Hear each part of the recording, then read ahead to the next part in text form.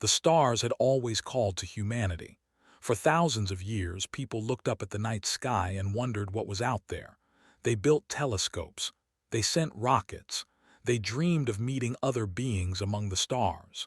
In the year 2187, that dream came true, but it was not the meeting anyone had hoped for. Captain stood on the bridge of the S Defiance. The ship was not large. It was a patrol vessel, one of 20 that guarded the outer edges of Earth's solar system, had served in the Earth Space Navy for 15 years. She had never fired a weapon in anger. She had never seen combat. None of them had. Humanity had been at peace for almost a century. The bridge was quiet. Lieutenant sat at the sensor station, watching his screens with bored eyes. Navigator Jones was drinking coffee.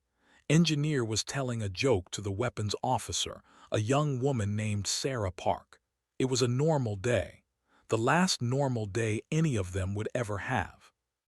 "Captain," said suddenly, his voice was different. There was something in it that made everyone stop and look at him. "I'm picking up something strange." Walked over to his station. "What is it?"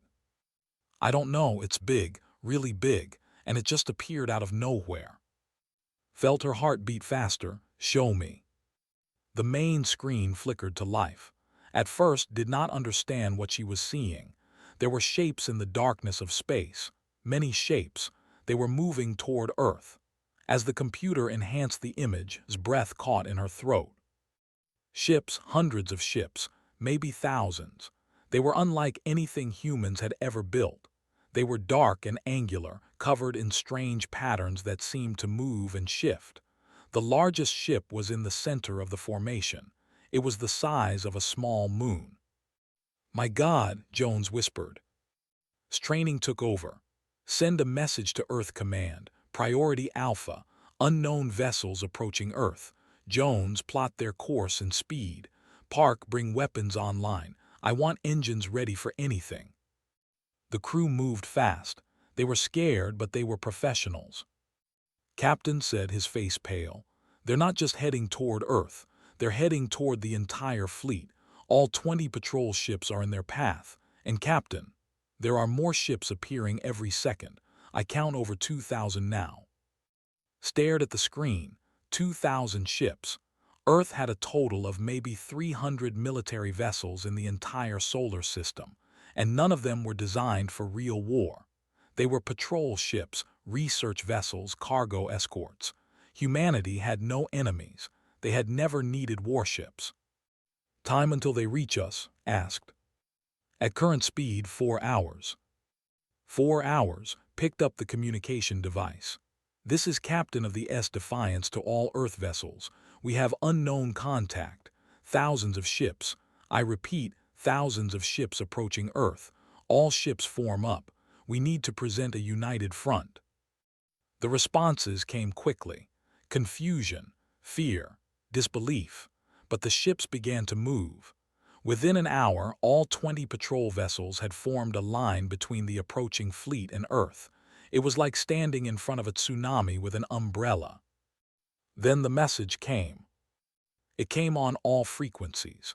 It came in every human language at once. It came with images and sounds that burned themselves into the minds of everyone who heard it. "Beings of Earth, we are the dominion of the eternal stars.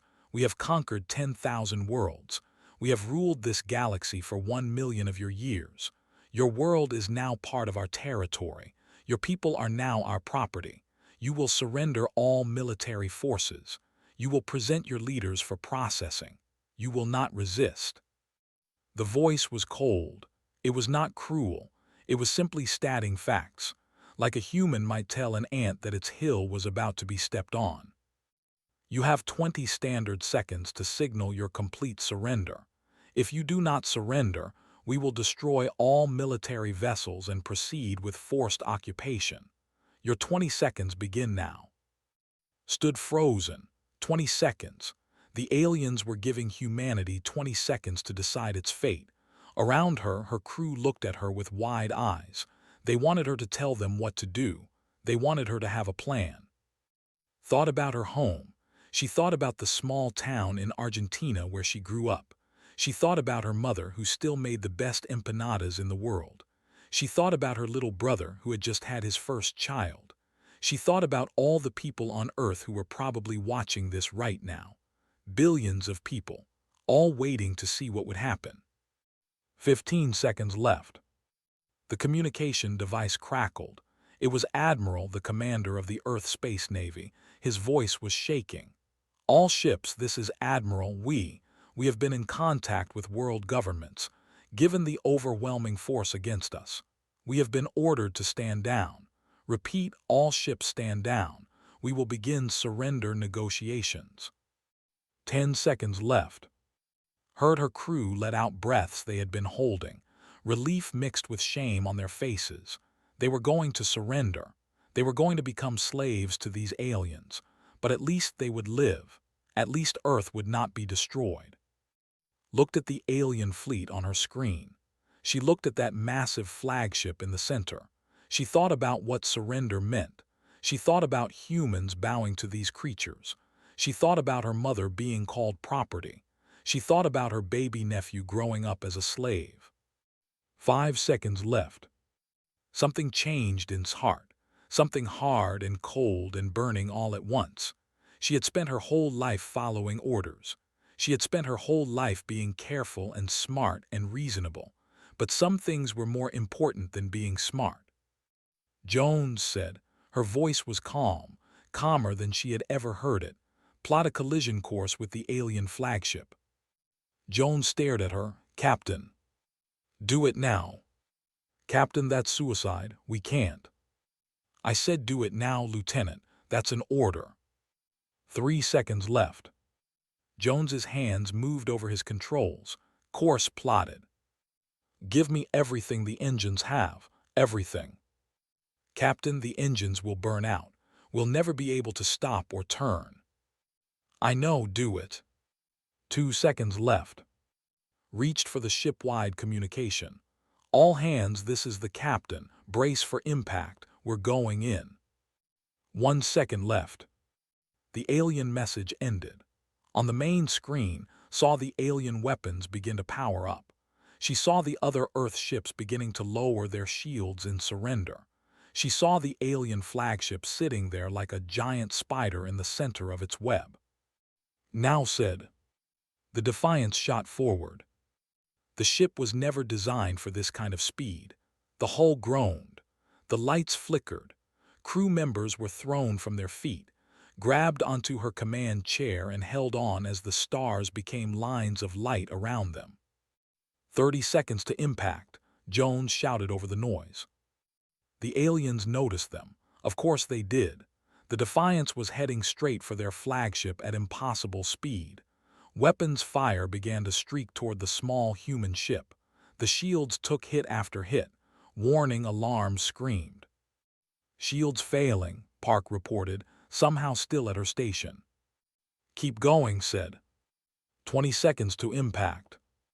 A blast hit the side of the ship. The hull tore open. 3 crew members were sucked into space before the emergency doors closed.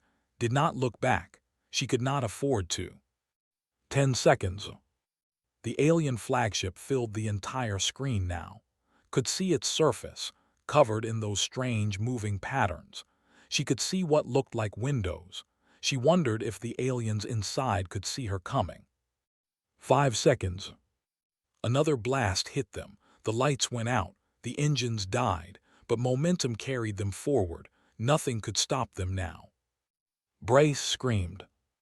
The Defiance, a small patrol ship with a crew of 42 humans, struck the flagship of the Dominion of the Eternal Stars at 3% the speed of light.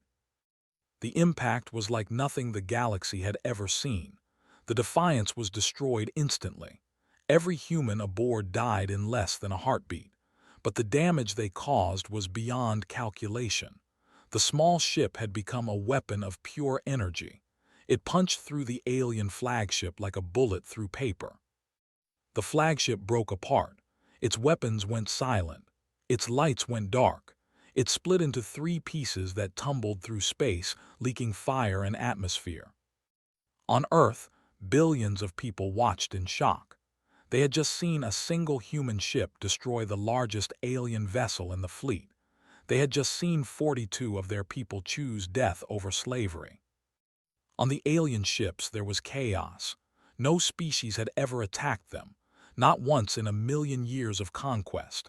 Every world they found had surrendered, every race had bowed. It was the natural order of things. The strong ruled and the weak obeyed. But these humans had not obeyed. For 3 long minutes nothing happened. The alien fleet hung in space. The Earth ships floated nearby, their crews staring at the wreckage of the flagship. No one knew what to do. Then Admiral's voice came over the communication system. It was different now.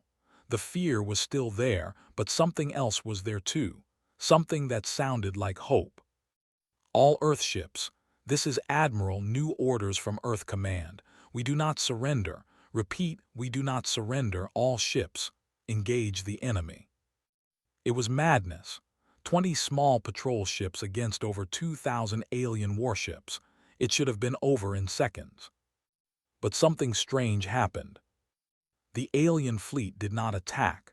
They did not move. For the first time in a million years, the Dominion was confused. They had protocols for everything. They had procedures for every situation. But they had no protocol for this. They had no procedure for a species that chose death over surrender. The Earth ships formed up. They raised their shields. They powered their weapons. 19 ships faced 2,000. On the alien command ship, the new fleet commander stared at his screens. His name was something humans could not pronounce. He had conquered hundreds of worlds. He had seen millions of beings bow before him, but he had never seen anything like this. "Report," he demanded. "The primitive vessel destroyed the great ship, Commander. All aboard are dead, including the High Admiral." "How? Their technology is nothing. They are barely capable of space travel." They flew their ship into us, Commander, at high speed, on purpose." The commander was silent for a long moment. "They sacrificed themselves." "Yes, Commander." "Madness, absolute madness." The commander turned to his tactical officer. "Destroy the remaining ships, then proceed to the planet." "Yes, Commander." The alien fleet began to move. Weapons powered up. The Earth ships seemed tiny and helpless before them. But then another message came from the planet. It was broadcast on all frequencies, just like the alien message had been. But this voice was human.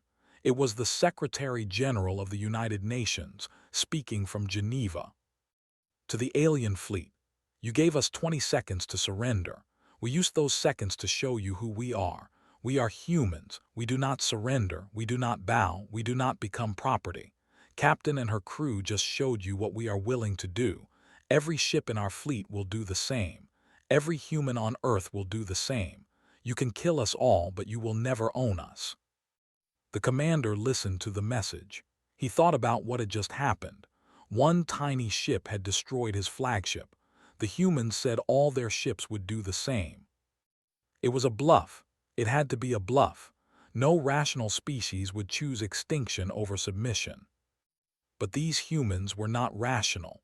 The commander had just watched them prove that. "Commander," the tactical officer said, "orders." The commander made his decision. "Hold position. I need to consult with the High Council. This situation is unprecedented." For the first time in a million years, the Dominion hesitated. On Earth, people began to cheer. They did not know what would happen next. They did not know if they would live or die. But they knew that for now, in this moment, they had not surrendered. 42 people had given their lives to show the universe that humanity would not bow. In the wreckage of the alien flagship floating among the debris, there was a piece of metal. It was from the Defiance. On it, barely visible, was the ship's motto. The words had chosen when she first took command, years ago, never knowing how important they would become. The words said, "Still standing." The metal tumbled through space, carrying that message into the darkness. It was a small thing, a tiny piece of a tiny ship, but it meant everything. The first battle was over, But the war was just beginning. Across the galaxy, word began to spread. A species called humans had destroyed a Dominion flagship. They had chosen death over surrender. They had done the impossible. For the first time in 1,000,000 years, the conquered peoples of 1,000 worlds began to wonder, what if we did the same? The universe would never be the same, and it all started with 20 seconds and one ship that refused to stop. 3 days had passed since the Defiance had burned its way into history. 3 days since 42 humans had shown the galaxy what their species was made of. 3 days of waiting, watching, and wondering what would come next. The alien fleet still hung in space just beyond Mars. They had not attacked, they had not retreated, they simply waited, and humanity waited with them. On Earth, everything had changed. The video of the Defiance's final charge had been watched by every person on the planet. Captain's face was on every screen. Her name was on every tongue. Children were already playing games where they pretended to be her, flying their toy ships into imaginary enemies. But while the people celebrated a hero, the governments of Earth were preparing for war. The United Nations Emergency Council met in Geneva. The room was full of presidents, prime ministers, generals, and admirals. They came from every nation on Earth. For once, there was no arguing about borders or resources or old grudges. The threat outside their world had made all those things seem very small. General Williams stood at the front of the room. He was an old soldier, white-haired, and from conflicts most people had forgotten. He had thought his fighting days were over. He had been wrong. The alien fleet numbers approximately 2,300 vessels, he said, pointing at the holographic display. Their flagship was destroyed by the Defiance. Their second-largest ship has assumed command. We have been monitoring their communications, but we cannot understand their language yet. Why haven't they attacked? Asked the President of France. After what we did, I would expect retaliation. We don't know. Our best guess is that they're waiting for instructions from their home world. This has never happened to them before. They don't know how to respond. So we surprised them, said the Prime Minister of Japan. But surprise will only last so long. What do we do when they come? General Williams took a deep breath. We fight. With what? Asked the President of Brazil. Our entire fleet is nothing to them. We saw what the Defiance did. It was brave, it was incredible, but it cost us that ship and everyone on it. We cannot afford to lose ships at that rate. No, we cannot, Williams agreed. But the Defiance taught us something important. These aliens have shields and weapons far beyond ours. We cannot beat them in a straight fight, but they are not prepared for our way of fighting. They expect enemies to surrender. They expect rational behavior. They have never faced an enemy willing to die to hurt them. The room was silent. Everyone understood what he was saying. We are going to build weapons designed for one purpose, Williams continued. Impact. Every ship, every missile, every weapon we make will be designed to hit them as hard as possible. If we cannot match their technology, we will match their mass with our mass, their armor with our speed. We will make them pay for every inch of space they try to take. The Secretary General of the United Nations stood up. General Williams, you are talking about sending our people on suicide missions. No, sir. I am talking about giving our people the tools to fight back. The Defiance crew did not go on a suicide mission. They went on an attack mission. They knew they might not come back. They went anyway. We need to give that choice to more of our people. We need to build a military that can make the aliens bleed. And you think we can do this? In days, weeks? I think we have no choice. Every day we delay is a day they might attack. We need to start now. Far from Earth, on the alien command ship, Commander Vexaron was having his own meeting. The room was dark, lit only by floating lights that moved like living things. Around him sat the senior officers of the fleet. None of them had slept since the destruction of the flagship. The High Council has responded, Vexaron announced. His voice was calm, but his inner thoughts were troubled. "They are sending additional forces, 3 more fleets. They will arrive in 20 local days." "With respect, Commander," said his tactical officer, "why do we need 3 more fleets? This world has perhaps 300 small ships. We have over 2,000. We could destroy them in hours." "We could," Vexaron agreed. "And then what? We land on the planet. We begin processing the population. And every human does what those 42 did on that ship. They attack us. Not with weapons, with their own bodies, with their own vehicles, with anything they can find. They would die. Yes, they would, and we would lose troops. We would lose equipment, we would lose time. And in the end, what would we have? A dead planet, empty cities, no slaves, no resources, no value." The officers shifted uncomfortably.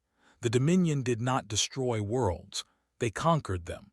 They took their populations and their resources and added them to the Empire. A dead world was worthless. "These humans," Vexaron continued, "are a problem we have never faced. Every species we have met has had a survival instinct. They fight until they cannot win, and then they surrender. It is logical. It is rational. It is how intelligent beings behave. But the humans are not rational. No, they are something else." Vexaron pulled up the video of the Defiance's attack. He had watched it hundreds of times now. "Look at this ship. It is small. It is weak. Its weapons could not scratch our shields. By every measure, it should have surrendered. But instead, its commander made a choice. She decided that death was better than submission, and her crew followed her." "One human," said the communications officer. "One ship. Perhaps she was defective. Perhaps her crew was forced." "Perhaps, but then explain this." Vexaron played the message from the human Secretary General. The words echoed through the room. "Every ship in our fleet will do the same. Every human on Earth will do the same. You can kill us all, but you will never own us." Words, just words. Are they? Look at their history. Vexaron brought up files the intelligence division had compiled. This species has been fighting itself since it gained intelligence. Wars over territory, wars over beliefs, wars over resources, wars over ideas.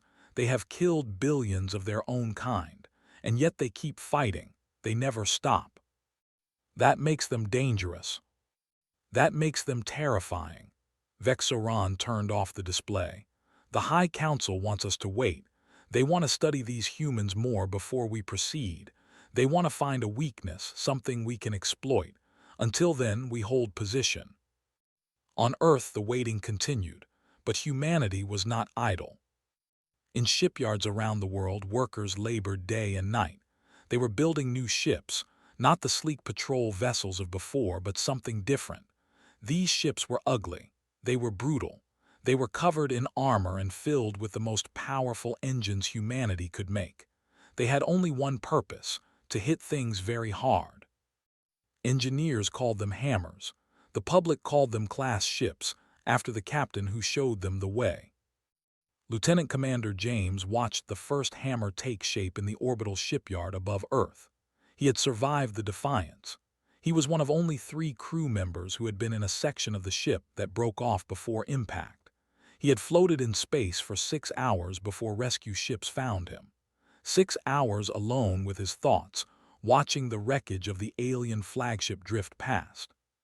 Now he was helping build the weapons that would continue what his captain had started. "She would have loved this," he said quietly. Next to him, another survivor nodded. Sarah Park had been the weapons officer on the Defiance. She had burns on her arms and a scar on her face from that day. She wore them proudly. "She would have complained about the design," Sarah said. "You know how she was about aesthetics. She always said a ship should be beautiful." "These aren't beautiful." "No, but they're effective. That's what matters now." Below them, on Earth's surface, other preparations were being made. Scientists worked to understand the alien technology from the flagship wreckage. They had recovered thousands of pieces of debris. Each one was a puzzle that might hold the key to fighting back. Dr. Maya led the research team. She was a physicist, not a warrior. Before the aliens came, she had been studying black holes. Now she was studying alien power systems and trying to figure out how to break them. The shield technology is remarkable, she told her team. It creates a field of compressed space-time around the ship. Energy weapons hit the field and are redirected. It's almost perfect. Almost. Almost. The key word is energy. The shields are designed to stop directed energy. Lasers, particle beams, plasma weapons.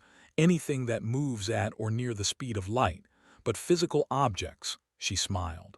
Physical objects have mass, they have momentum, and momentum is very hard to stop. So the Defiance got through because it was a physical object. Yes, a very fast physical object. The shield slowed it down, but they couldn't stop it completely. The ship still hit with tremendous force.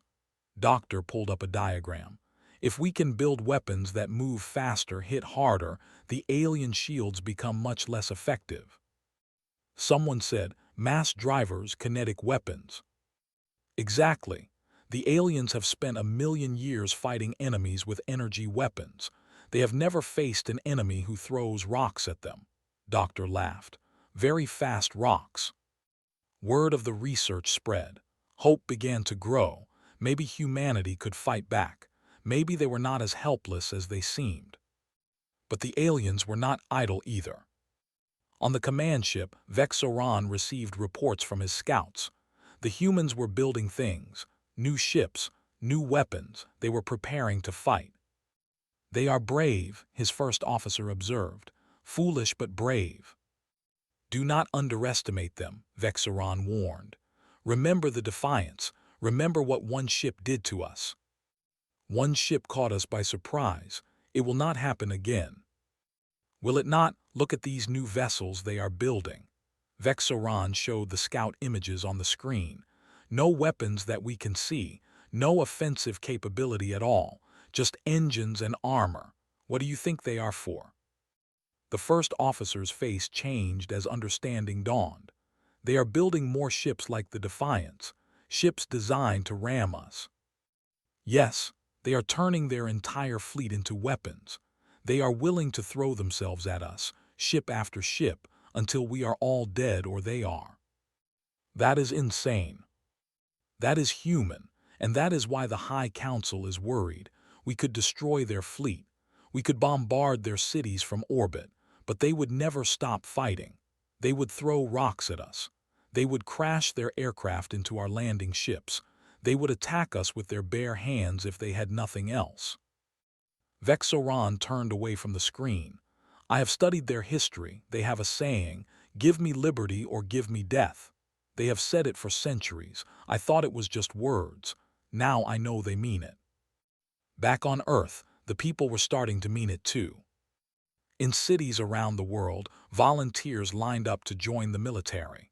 Young people, old people, people who had never held a weapon in their lives. They came because they had seen what the Defiance did. They came because they refused to surrender. Among them was a young woman named Maria. She was 20 years old.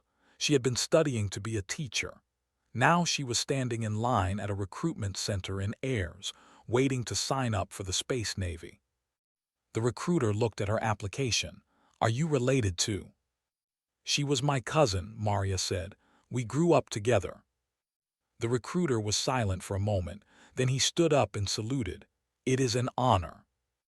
Maria felt tears in her eyes, but she blinked them away. When do I start? Tomorrow. We're putting everyone through accelerated training. We don't have much time. Maria nodded. She thought about the stories they had shared as children, about the dreams they had dreamed, had always wanted to see the stars. She had made it farther than any of them ever expected. Now it was Maria's turn to continue the journey. 3 days after the Defiance changed history, humanity was transforming. They were building weapons. They were training soldiers. They were preparing for a war that might destroy them. But they were not afraid. Fear had left them when showed them what courage looked like. In space, the alien fleet waited. Reinforcements were coming. 1,000,000 years of conquest was on their side. But humanity had something the aliens had never encountered before: the absolute refusal to kneel. The countdown to war continued, and everyone, human and alien alike, knew that when it began, the galaxy would never be the same. 20 days had passed. The alien reinforcements had arrived. What was once a fleet of 2,000 ships was now a force of over 8,000. They spread across the space between Mars and Earth like a dark cloud, blocking out the stars. It was the largest military force the Dominion had ever sent to conquer a single world. And they were not alone. A being had come with the reinforcements. His name, translated roughly, was the Bringer of Peace. He was not a military commander. He was something more dangerous. He was a negotiator. The Bringer of Peace had ended 1,000 wars without firing a shot. He understood how species thought. He knew how to find what they valued and use it against them. He had brought rebellions to their knees with words alone. Now he studied the humans through the screens of his ship. He watched their news broadcasts. He listened to their music. He read their books. And for the first time in his very long life, he was not sure he could win. "They are strange," he said to Commander Vexoran. "Every species values survival above all else. It is the most basic instinct, but these humans, they have placed other things above survival: honor, freedom, pride. They would rather die than lose these things." "Then we cannot negotiate with them," Vexoran said. "I did not say that. I said they are strange, not impossible. Every species has pressure points, things they care about more than their beliefs. We must find the human pressure point." "Their families," the commander suggested. "They form strong bonds with their offspring." "Perhaps, but threatening their families might make them fight harder, not surrender. We need something more subtle." The Bringer of Peace was quiet for a moment. "Give me time. Let me learn more about them. Do not attack yet." "The High Council wants results." "The High Council wants a successful conquest. A dead world is not a success. Give me time." Vexoran agreed. The attack was delayed. On Earth, humanity used every moment they were given. The first Hammer-class ship was complete. It was called because there was no other name it could have. Lieutenant Commander James was given command. He stood on the bridge of the new ship and felt the weight of history on his shoulders. There was not a beautiful ship. It was 100 meters of armor and engines, with no windows and no unnecessary systems. It was designed to do one thing: accelerate to maximum speed and hit whatever was in front of it. The crew compartment was at the very back, protected by layers of metal. When the ship hit its target, the crew would be thrown into escape pods automatically. Maybe they would survive. Maybe they would not. "She's ready, Commander," the chief engineer reported. "Best speed is 4% of light, faster than the Defiance." Nodded. 4% of light. Fast enough to punch through any shield. Fast enough to break any ship. "How many more ships like this do we have?" 20 in the next 2 weeks. 100 by the end of the month, if we have that long. We have to." The training intensified. Pilots learned to fly the Hammer ships. They practiced acceleration runs, escape procedures, targeting systems. They knew what they were signing up for. They volunteered anyway. Maria was one of them. She had completed basic training in record time. Now she was learning to fly a Hammer. She was not the best pilot. She was not the student. But she had something the instructors valued more than skill. She was not afraid to die. "The key is timing," her instructor explained. "You start your run too early, they have time to shoot you down. Too late and you don't have enough speed. You need to find the perfect moment." "How do I know when that is?" "You feel it. There's a moment in every battle when everything comes together, when you know what you have to do. Captain felt it when she ordered that charge. You'll feel it too when the time comes." Maria practiced every day. She ran simulations until she could do them in her sleep. She was getting better. She was getting ready. Meanwhile, Dr. Maya's research team made a breakthrough. The alien communication system, she announced to the military leaders. We've figured out how to jam it. General Williams leaned forward. Explain. Their ships communicate using a form of quantum entanglement. Very fast, very secure. But it requires a specific frequency of energy to maintain the connection. If we flood that frequency with noise, the connection breaks. They can't talk to each other. So we can cut their communications in battle. Better than that, we can cut specific ships off from the fleet, isolate them, make them fight alone while we focus on them one at a time. William smiled. It was the first good news he had heard in weeks. How do we deliver this jamming signal? We build emitters into our ships. Every hammer becomes a communications weapon as well as a physical weapon. When one of our ships goes in for a strike, it jams everything around it. The target can't call for help, can't coordinate with other ships, can't retreat. Do it, start production immediately.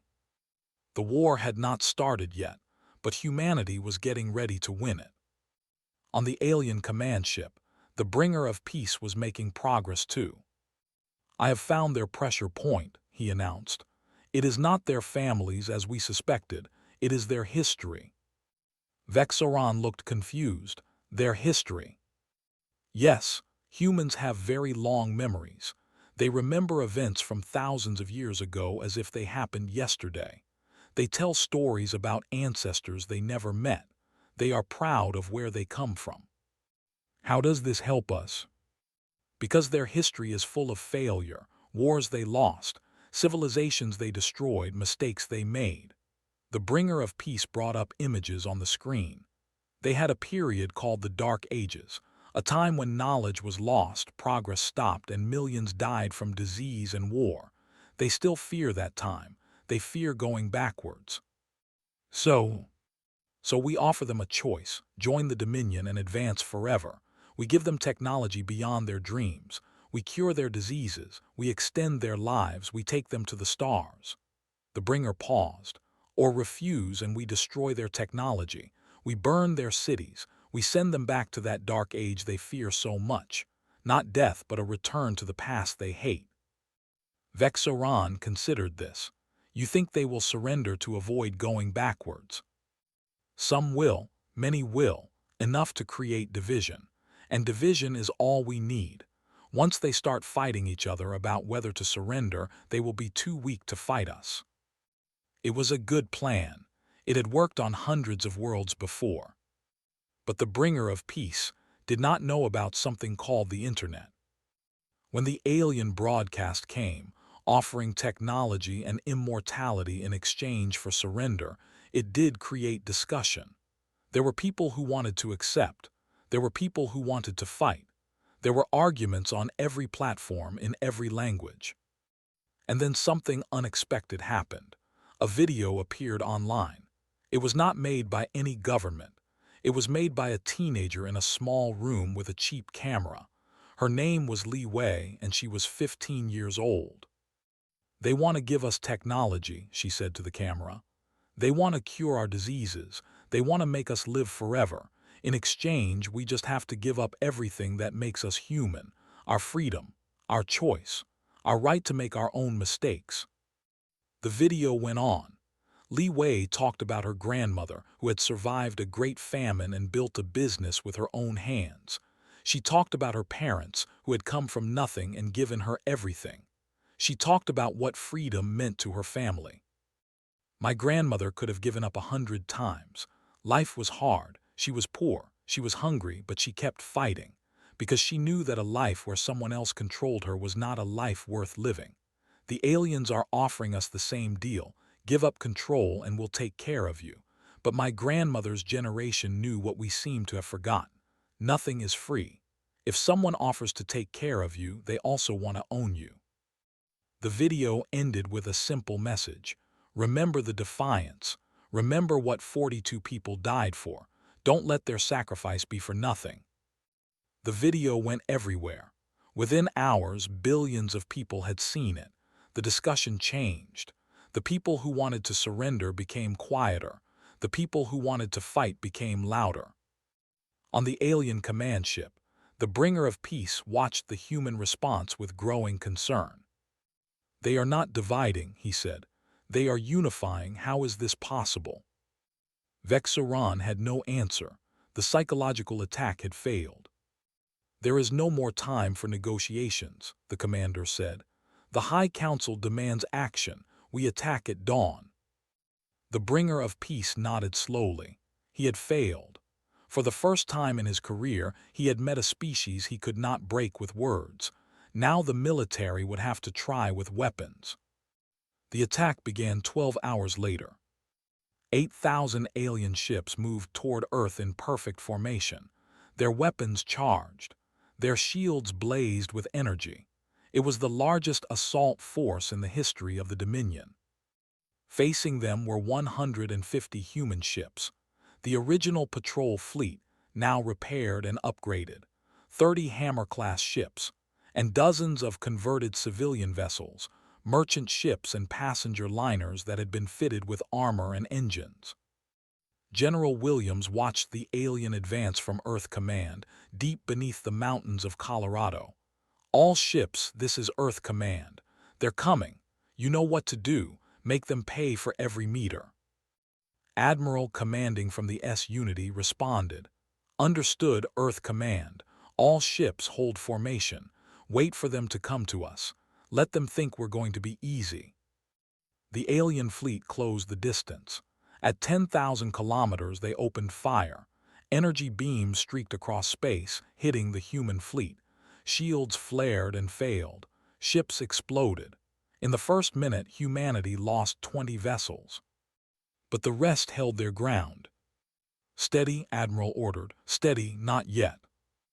At 5,000 kilometers, the alien fleet slowed.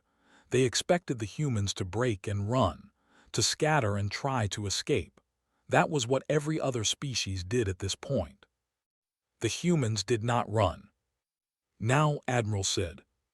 The Hammer ships launched, all 30 of them, accelerating to impossible speeds. Each one carried a jamming device that activated the moment they began their run. The alien formation suddenly went silent. Ships that had been perfectly coordinated were now alone, unable to talk to each other. Commander Vexaron watched in horror as 30 human ships shot toward his fleet like bullets. "All ships, evasive action, fire at will." But his orders reached only the ships nearest to him. The rest could not hear him. They were deaf and blind, surrounded by electronic noise. The first hammer hit an alien cruiser at 4% of light.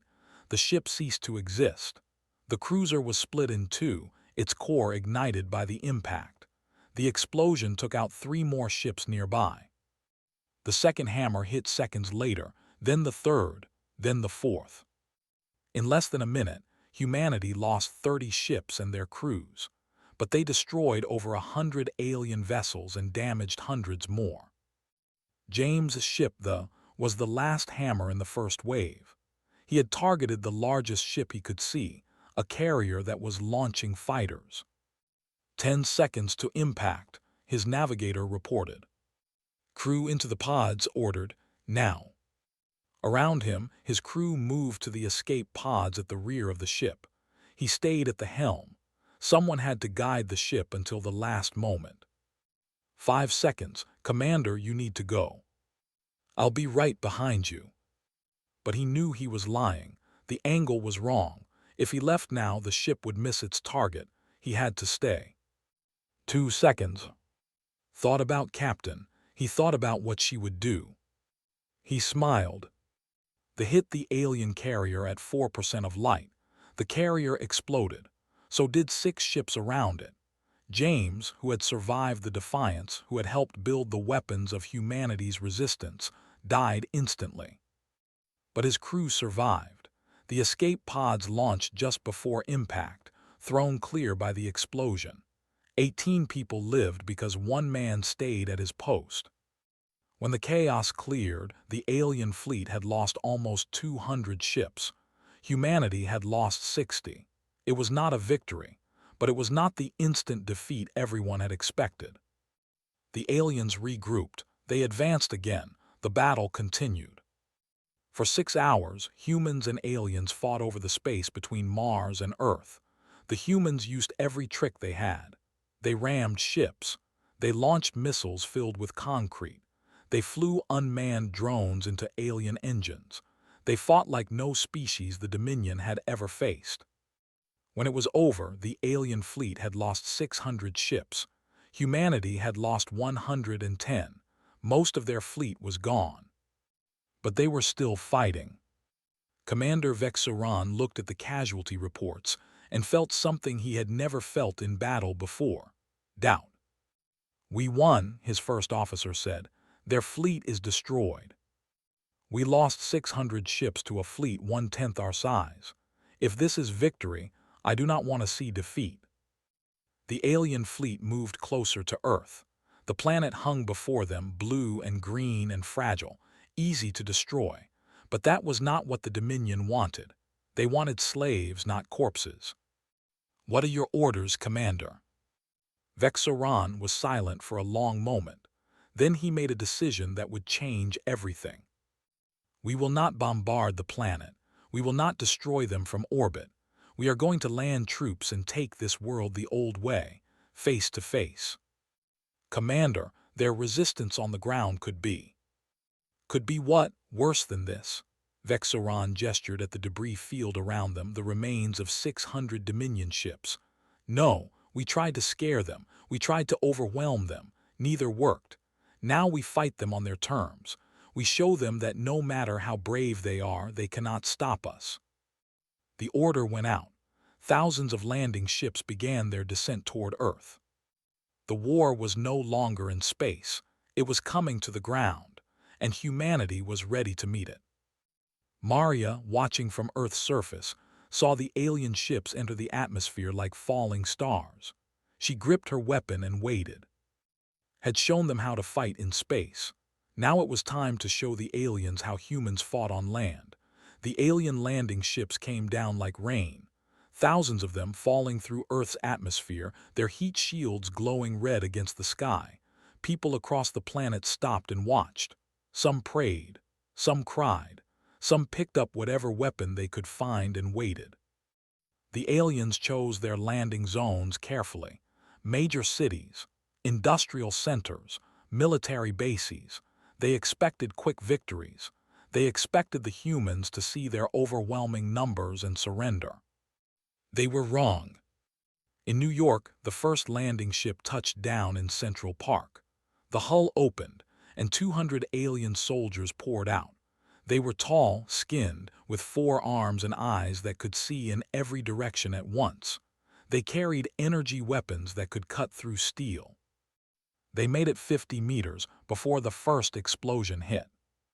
The humans had prepared. Every city had been fortified. Every street had been turned into a trap. The aliens walked into a world that was designed to kill them. From the buildings around the park, humans opened fire, not with energy weapons. They did not have those.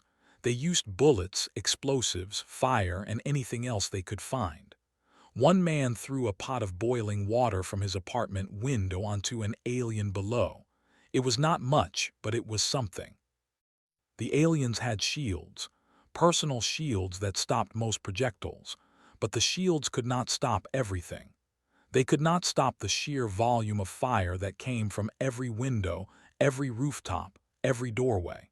And when the shields failed, the aliens discovered that human weapons were very effective against their bodies. The battle for Central Park lasted 3 hours. When it was over, 140 aliens were dead. So were almost 2,000 humans. But the landing zone was destroyed, the ship burned, and no alien soldier made it out of the park. Similar scenes played out across the world. In Tokyo, the aliens landed near the Imperial Palace. The Japanese self-defense forces were waiting.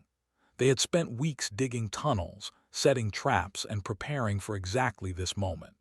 The aliens advanced through streets that collapsed beneath them, into buildings that exploded around them, past walls that hid soldiers waiting to strike. In Moscow, the Russians used their winter as a weapon. They had turned off the heating in the entire city. They had flooded the streets with water and let it freeze. The aliens, adapted to the warm ships they had lived in for generations, found themselves fighting in a frozen maze where every step was treacherous. In Mumbai, 12 million civilians refused to evacuate. They formed human walls, blocked alien advances with their bodies, and attacked with tools and kitchen knives when they had nothing else. They died by the thousands, but they took aliens with them. This was not the war the Dominion expected. They had conquered worlds where armies surrendered after a single defeat. They had taken planets where populations welcomed them as saviors from their own failing governments. They had never faced a world where every single person was a soldier. Commander Vexaron received reports from every landing zone.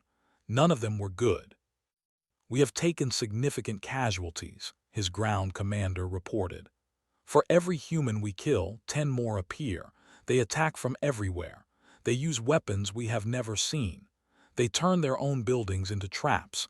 They strap explosives to their own bodies and walk into our formations." "How many have we lost?" 20,000 ground troops in the first day. Vexaron was silent. 20,000 soldiers in one day. On most worlds, that would be the total casualties for an entire conquest. Here it was just the beginning. "Continue the assault," he ordered. "We have millions more soldiers. They will run out of fighters before we do." But he was not sure he believed his own words. Maria was in airs when the aliens came. She had been assigned to a ground defense unit after her hammer training was complete. Now she was in the streets of her, fighting for every block. Her unit was 12 people. They had rifles, grenades, and a single rocket launcher. Against them was an alien squad of 30 soldiers with shields and energy weapons.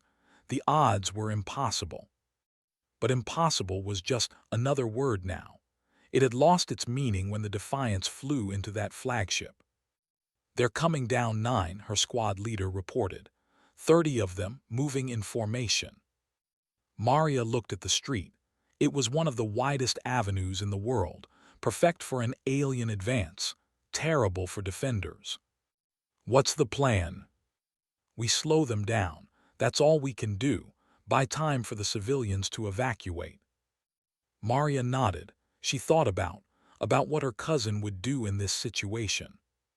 "What if we don't just slow them down? What if we stop them?" The squad leader looked at her. "How?" Maria pointed at the buildings on either side of the avenue. "Those are old buildings, brick and stone. If we bring them down, we collapse the whole street, block their advance. And us with it." The squad leader was quiet for a moment, then she smiled. "Your cousin was." "Yes." "I can see the family resemblance."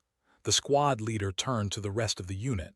"New plan. We're bringing down the avenue. We need charges on the support columns. Move." They worked fast. The aliens were getting closer. Maria could hear their weapons firing in the distance, could see the glow of their energy beams reflecting off the buildings. When the charges were set, the squad took positions. They would need to stay until the aliens entered the kill zone. Some of them would not make it out. Maria found herself thinking about strange things: her mother's cooking, the sound of rain on the roof of their house, the face of a boy she had liked in school but never talked to, small things, human things. The aliens appeared at the end of the avenue, 30 shapes moving with mechanical precision. Their shields glowed blue in the darkness. "Hold," the squad leader whispered. "Hold, hold." The aliens reached the center of the avenue, directly beneath the buildings packed with explosives. "Now!" Maria pressed the detonator. The world turned to fire and sound. The buildings on either side of the avenue fell inward, thousands of tons of brick and steel and concrete crashing down on the alien formation. The ground shook. Dust filled the air. For a moment, Maria could not see or hear anything. When the dust cleared, the avenue was blocked. A wall of rubble stretched across it, 3 stories high. Nothing could get through. And beneath that rubble were 30 alien soldiers who would never threaten heirs again.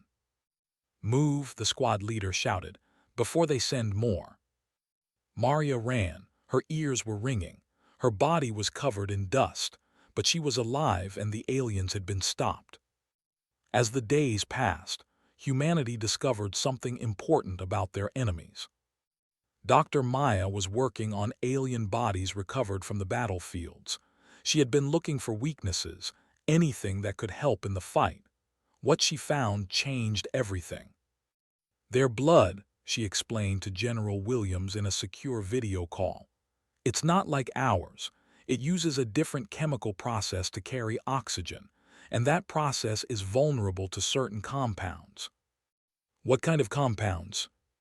"Common ones, things we have everywhere on Earth." Doctor held up a small vial. "This is sodium chloride, table salt. When introduced into the alien bloodstream, it causes catastrophic cellular breakdown. They die within minutes." William stared at her. "You're telling me we can kill them with salt?" "In high enough concentrations, yes. Their shields stop projectiles, but they don't stop everything. We can create aerosol weapons, bombs that disperse salt particles into the air. The aliens breathe it in, and their blood turns toxic." Why didn't their other conquered species figure this out? Because they never had the chance. The Dominion attacks, overwhelms, and conquers before anyone can fight back. No one has ever had time to study them like we have. The news spread quickly. Within days, factories around the world were producing salt weapons. Simple bombs, grenade-sized canisters, even modified fire extinguishers filled with concentrated salt solution. The aliens began to die. In Paris, a resistance fighter detonated a salt bomb in an alien command post. Every alien in the building died choking on their own poisoned blood. In Sydney, a team of scientists created a salt mist that could be sprayed from aircraft. They flew low over alien formations and watched as hundreds of soldiers collapsed. In Cairo, children threw bags of salt at alien patrols. It was not enough to kill them, but it was enough to hurt them, to make them afraid, to show them that even the smallest human could be dangerous. Commander Vexoran received the reports with growing horror. "They have found our weakness," he told the bringer of peace. "Every hour we lose more soldiers to this poison of theirs. They are putting it in everything, in the water, in the air, in weapons we cannot detect." How is this possible? Our medical teams should have identified this vulnerability ago. Our medical teams have never had to defend against it. No conquered species has ever fought long enough to discover it. Vexoran's voice was bitter. "We thought we were invincible. We were fools. Then we must retreat, withdraw from the surface and bombard from orbit. And kill them all. The High Council wants slaves, not corpses. The High Council will want nothing if we lose this war." The bringer of peace stepped closer to the commander. "You do not understand what is happening. Word of this is spreading. Other species in the Dominion are watching. If we lose here, if these humans defeat us, every conquered world will believe they can do the same. The entire empire could fall." Vexoran understood. This was no longer just a battle for one planet. This was a battle for the soul of the Dominion. "We will not retreat," he decided. "We will adapt, order all troops to use sealed suits, filter the air, purify the water. We will take this world even if it kills us." The war continued, but now it was different. The aliens were no longer the unstoppable force they had seemed. They were fighting for their lives just like the humans. Maria was promoted to sergeant after the battle for heirs. She led her squad through a dozen more engagements, each one harder than the last. She lost friends. She gained scars. She watched the city she loved turn into a... But she also watched the aliens fail. Every day the human resistance grew stronger. More weapons, more fighters, more salt. The aliens were still powerful, still deadly, still winning many battles, but they were losing the war. Slowly, painfully, one casualty at a time. On the 63rd day of the invasion, Maria was part of a force that retook the center of Airs. The aliens had fortified the old congressional building. They had thousands of troops inside. The humans had more. The battle lasted 18 hours. Maria was in the first wave that breached the building. She fought through corridors filled with smoke and fire, her rifle in her hands, her squad at her side. She saw aliens die. She saw humans die. She almost died herself twice. When it was over, the building was in human hands. The alien flag that had flown over it was torn down and replaced with the blue and white of Argentina. Maria stood on the steps of the building and looked out at the city. It was ruined, burned and broken, but it was free. Behind her, a soldier held up a communication device. "Sergeant, there's a call for you, from Earth Command." Maria took the device. "This is." "Sergeant, this is General Williams. I've been following your unit's progress. Impressive work." "Thank you, sir. I have a new assignment for you. We're planning something big, something that could end this war. We need soldiers who aren't afraid to do what needs to be done. Your name was at the top of every list." Maria looked at the destroyed city. She thought about what she had started, about what still needed to be finished. "What's the mission, sir?" "We're going to take the fight to them, not here on Earth, up there." Williams paused. "We're going to capture an alien ship, and we're going to use it to attack their fleet." Maria felt her heart beat faster. It was insane, impossible, exactly what humans did best. "When do I leave?" "Tomorrow. Get some rest, Sergeant. You're going to need it." Maria ended the call and looked up at the sky. Somewhere up there, the alien fleet was waiting, watching, thinking they were safe. They were wrong. The war was about to change again, and this time humanity was going on the offensive. The plan was simple in concept and impossible in execution. A team of humans would capture an alien landing ship, fly it back to the fleet, and dock with the main command vessel. Once inside, they would plant explosives, destroy the ship's communications, and kill as many high-ranking officers as possible. No one expected to survive. Maria stood in the briefing room with 50 other soldiers. They were the best fighters humanity had left. Veterans of 100 battles. People who had already died once in their minds and were just waiting for their bodies to catch up. General Williams stood at the front of the room, his face showing every one of his 70 years. "I'm not going to lie to you. This mission has maybe a 10% chance of success, probably less. But if you succeed, you will cut off the head of the snake. The alien fleet will be thrown into chaos. Our remaining ships can hit them while they're confused. We might actually win this war." Might, such a small word, such a fragile hope. "You all volunteered for this," Williams continued. "You can still walk away. No one will think less of you." No one moved. Williams nodded. "Then may God go with you. Launch is in 6 hours." Maria spent those 6 hours writing letters, one to her mother, one to her father, one to the baby cousin she had never met, born 3 weeks into the invasion in a hospital basement while bombs fell outside. She told them she loved them. She told them not to mourn too long. She told them to live. Then she suited up and walked to the captured alien landing ship. They had taken it 2 weeks ago in a raid that cost 30 lives. Since then, engineers had been studying it, learning its systems, making it work for human hands. It was not comfortable. It was not pretty, but it would fly. Lieutenant Commander Sarah Park was leading the mission. She had survived the Defiance with. She had survived a dozen battles since. Now she was going to finish what had started. "Everyone aboard," Park ordered. "Check your weapons, check your suits, check your salt grenades. We have one chance at this." The ship lifted off. It rose through Earth's atmosphere, passing through the layer of smoke and ash that now covered most of the planet. Above, the stars waited. The alien fleet was still there. 7,000 ships, down from 8,000 at the start of the invasion. They were damaged, tired, and frustrated, but they were still dangerous. Park guided their stolen ship toward the fleet. The communication system's broadcast captured alien codes. For now, they looked like any other landing ship returning from the surface. "So far so good," the pilot muttered. "They're not shooting." "Don't jinx it," someone said.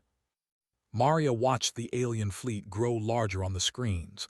So many ships, so much power, and humanity had hurt them, had made them bleed. That thought gave her strength. "There it is," Park said quietly, "the command ship." It was the largest vessel in the fleet after the destroyed flagship. A massive structure, 3 kilometers long, covered in weapon platforms and shield generators.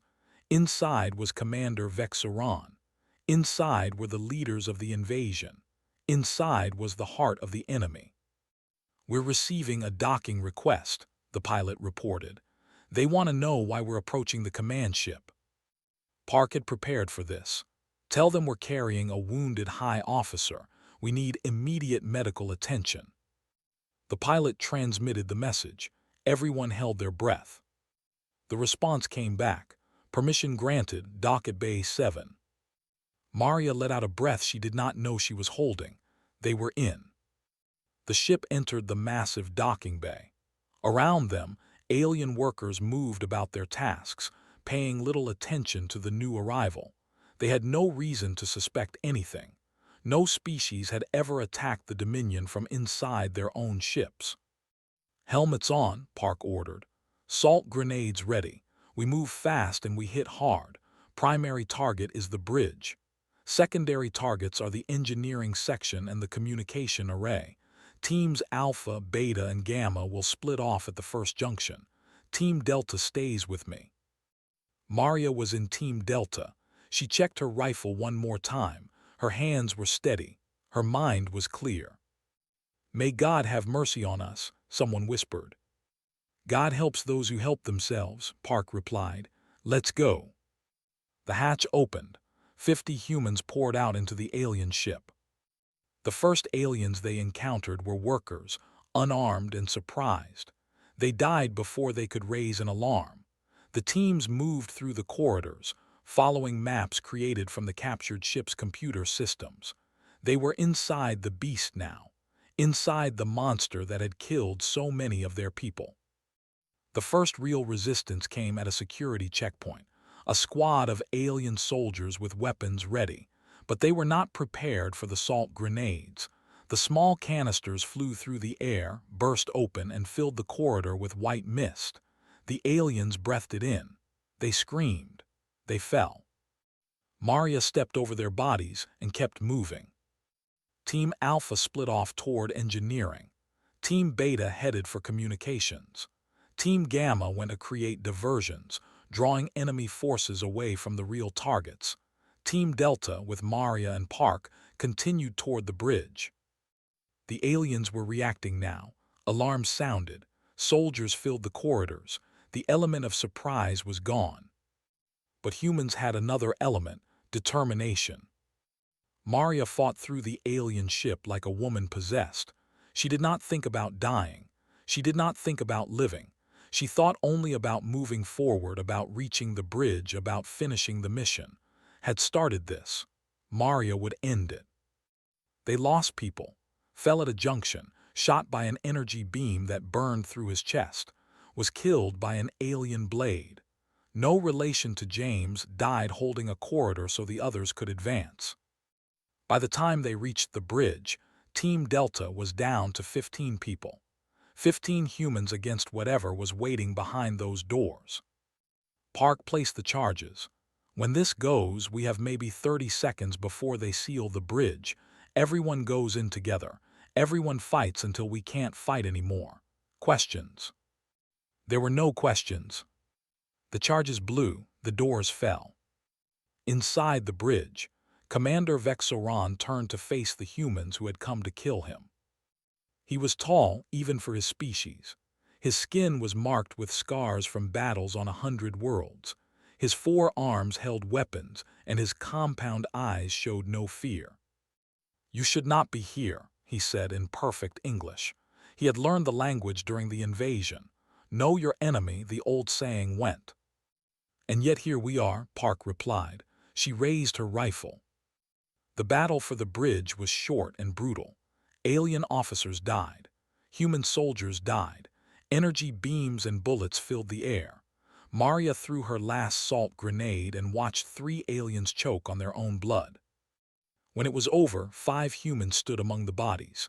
Park, Maria, 3 others whose names Maria could not remember through the haze of combat. Commander Vexoran was still alive. He was wounded, bleeding from a dozen wounds, but he refused to fall. He stood at the center of his ruined bridge, surrounded by the bodies of his officers, and faced the humans who had destroyed everything. "You cannot win," he said. "Even if you kill me, the Dominion will send more ships, more soldiers. We have conquered 10,000 worlds. We will conquer yours." Park walked toward him, her rifle aimed at his head. "Maybe, but you won't be there to see it." "Wait," Maria stepped forward. "Don't kill him yet." Park looked at her. "Sergeant." Maria faced the alien commander. This was the being who had ordered the attack on Earth, who had watched as millions of humans died, who had thought her species would bow like all the others. "You want to know why you're losing?" she asked. "You had more ships, more soldiers, better weapons, better technology. By every measure you should have won. But you didn't understand something about us." Vexoran's eyes focused on her. "And what is that?" "You thought we were afraid of dying. We're not. We're afraid of living without freedom. We're afraid of our children growing up as slaves. We're afraid of forgetting what it means to be human." Maria stepped closer. "My cousin was. She showed you what humans are willing to do. Now I'm going to show you something else." She reached into her pocket and pulled out a small device. "This is a transmitter. It's connected to cameras all over your ship. Everything that's happened here has been broadcast to every ship in your fleet. They've watched us fight through their most powerful vessel. They've watched their commander defeated by a handful of humans. And now they're going to watch what comes next." Park understood. She stepped back and let Maria have the moment. Maria looked into the camera. "This message is for the Dominion. You have tried to conquer our world. You have failed. Your fleet is broken. Your soldiers are dying. Your commander is about to join them. This is your only warning. Leave our solar system. Go back to wherever you came from. Tell everyone you meet that Earth is not worth the cost." She paused, letting the words sink in across the alien fleet. "But if you stay, if you keep fighting, we will do to every ship in your fleet what we did to this one. We will hunt you through the stars. We will follow you back to your home world. We will burn everything you have built over your million years of conquest, because we are humans, and we never ever give up." Maria turned back to Vexoran. "Any last words?" The alien commander looked at her for a long moment, and then, incredibly, he laughed. It was a strange sound, not quite like human laughter, but recognizable. "You are remarkable," he said. "In a million years I have never seen anything like your species. You should have died, you should have surrendered. Instead, you stand here victorious." He lowered his weapons. "I will not fight you anymore, but I must warn you, the Dominion does not forget. They will not stop because of one defeat.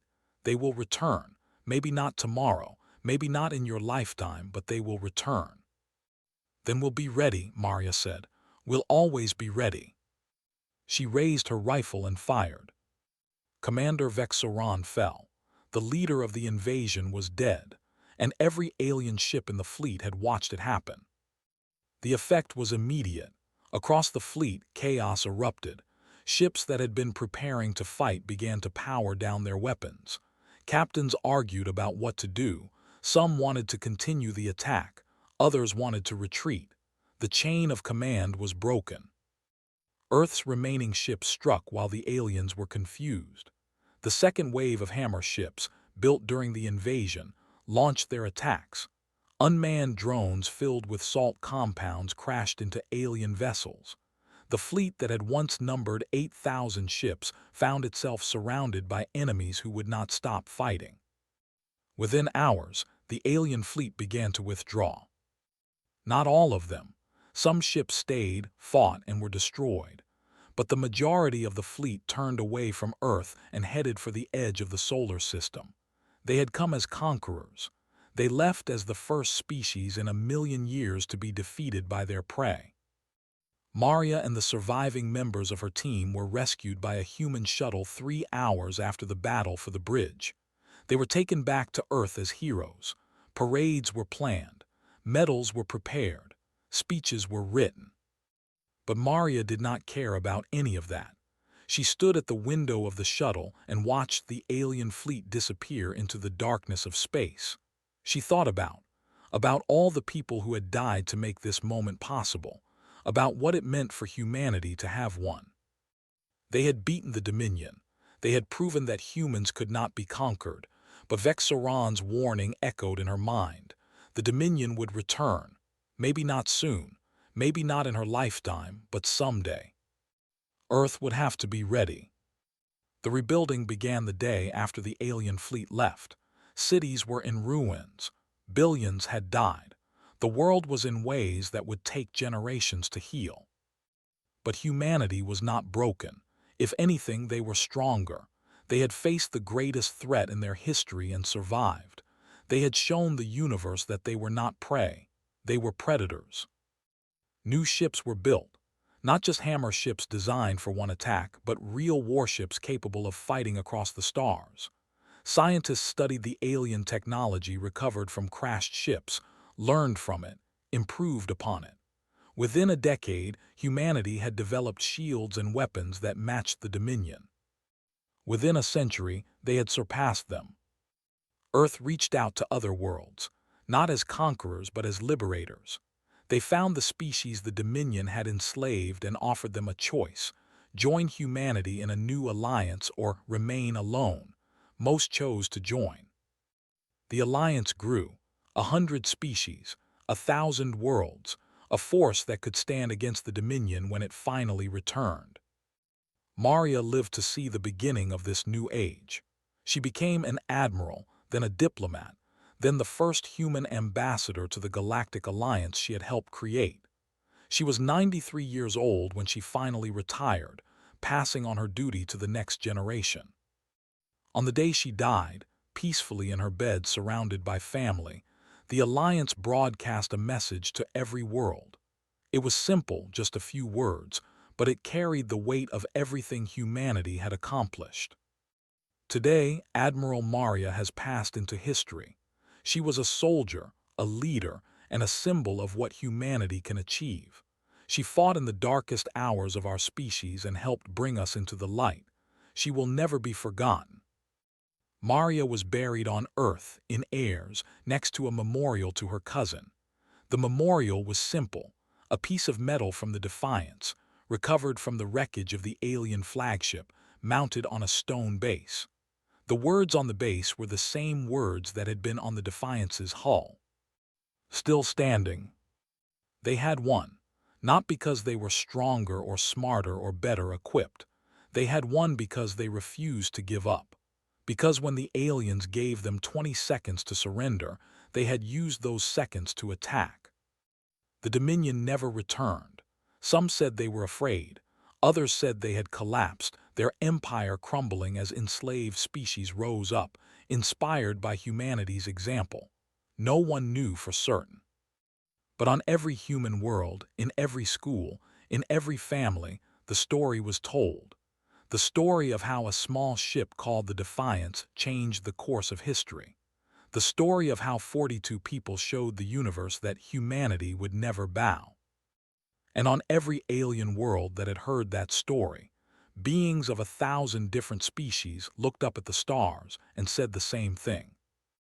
Thank you, humans. Thank you for showing us how to be free. The stars had always called to humanity. For thousands of years, people had looked up and wondered what was out there. Now they knew. The universe was dangerous, full of powers that would crush them if they could.